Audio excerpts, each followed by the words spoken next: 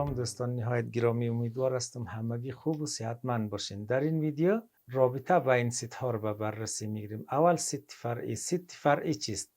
ست فرعی در حقیقت بودن یک رابطه بین ست ها رو بر ما نشان میده. طور نمونه هرگاه تمام عناصر ست اولی و یا بعضی از عناصریان در ست دومی قرار داشته باشد، پس ست دومی رو به نام ست فرعی از ست اولی یاد میکنن. شما ببینید در مثال اینا، مثال ست بی.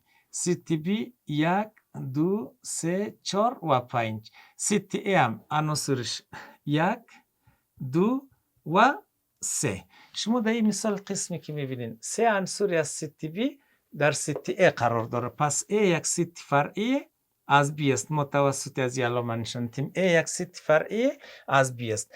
و در داخل دیاگرام اگه ما میره نشان میدیم با چه شکل نشان میدیم. مثلا ست بی ما یک دایره رسم میکنیم، این دایره ست بی است و ست ای هم که یک بخش از ست است بر در داخل از رسم میکنیم یک دایره کوچک، یعنی ست ای.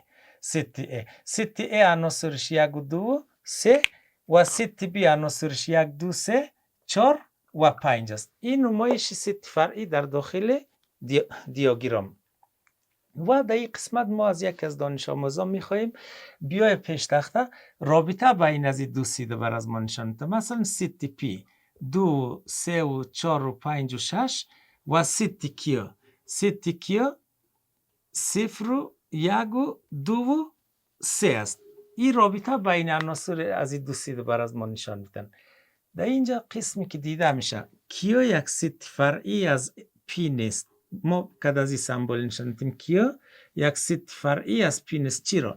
دو عنصر از ست پی که 2 و 3 است در داخل ست کیو قرار داره، ولی ست کیو دو عنصر اضافی داره. تمام عناصر کیو در پی قرار نداره، پس ست پی و ست کیو یک ست فرعی از پی شده نمیتونه. و در ادامه ست هایی که از عین عناصر تشکیل شده باشند یا به عبارت دیگر تمام عناصر ست اولی در ست دومی شامل باشه، این گونه ست ها رو به نام ست های مساوی یاد میکنند. به گونه مثال ست ای. ست ای 2 4 و 6 و 8 باشه و ست بی. ست بی هم 6 و 2 و 4 و 8 باشه. ترتیب عناصر در اینجا مهم نیست، اما عناصری که در داخل ست ای است تمامش در داخل ست بی قرار گرفته، پس این دو ست با هم مساوی هستند. ما به این شکل نوشته میکنیم، میگیم ای یک با بی مساوی است. و در ادامه ست های معادل. ست های معادل چگونه ست هاست؟ ست هایی که تعداد عناصرشان با هم مساوی باشند به نام ست های معادل یاد میشوند. در اینجا ببینید ست ای. ست ای عناصرش ای اف و جی باشه. مثلا ست بی. ست بی عناصرش 1 و 2 3 باشه. شما ببینید ست ای هم 3 عنصر داره، ست بی هم 3 عنصر داره، پس ست ای و بی دارای تعداد عناصرشان با هم مساویند، پس ست بی و ای با هم معادلند. و در آخر ست خالی. ست خالی چگونه ست است؟ ستی که هیچ عنصر نداشته باشد به نام ست خالی یاد می شود. و ما به چه شکل نشان میدیم؟